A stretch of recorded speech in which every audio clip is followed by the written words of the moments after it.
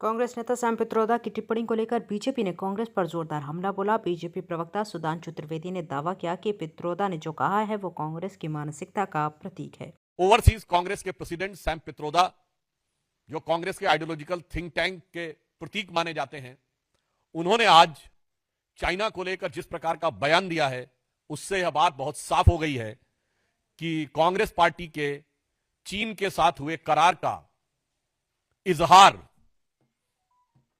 Sam Pitroda ने दिन दहाड़े कर दिया है।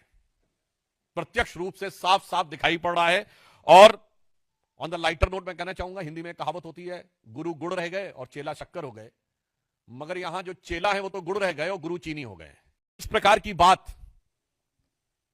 सैम पित्रोदा जी ने कही है, वो भारत की अस्मिता, भारत की कूटनीति और भारत की संप्रभुता पर बहुत गहरा आघात है।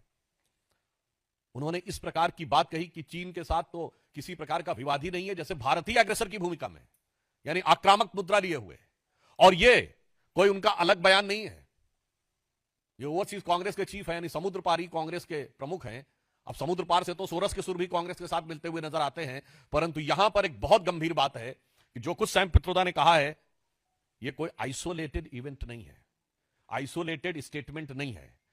इसी भाव और इसी विचार के अनेक स्टेटमेंट राहुल गांधी पहले दे चुके हैं।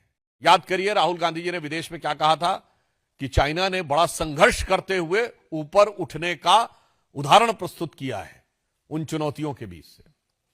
आपको याद हो अभी कुछ दिन पहले के अपने विदेशी दौरे में क्या कहा कि चाइना ने अनएम्प्लॉयमेंट को बहुत अच्छे तरीके से टैकल किया है, जबकि फैक्ट ऑफ द मैटर है इस समय चाइना में एम्प्लॉयमेंट रेट 24% है। 2023 में जनवरी से लेकर जुलाई के बीच में अनएम्प्लॉयमेंट रेट वहां पर बढ़ते बढ़ते हो गई 17-18%। और उन्होंने फिर जुलाई 23 से जनवरी 24 डाटा देना बंद कर दिया, फिर डाटा का बेस चेंज किया और जनवरी से लेकर अगस्त के बीच में किया, फिर बदले बेस पर भी वो 24% हो गई। मगर राहुल गांधी जी को उसमें बहुत महान चीज नजर आती है। चैनल को सब्सक्राइब करें, वीडियो को लाइक करें, शेयर करें।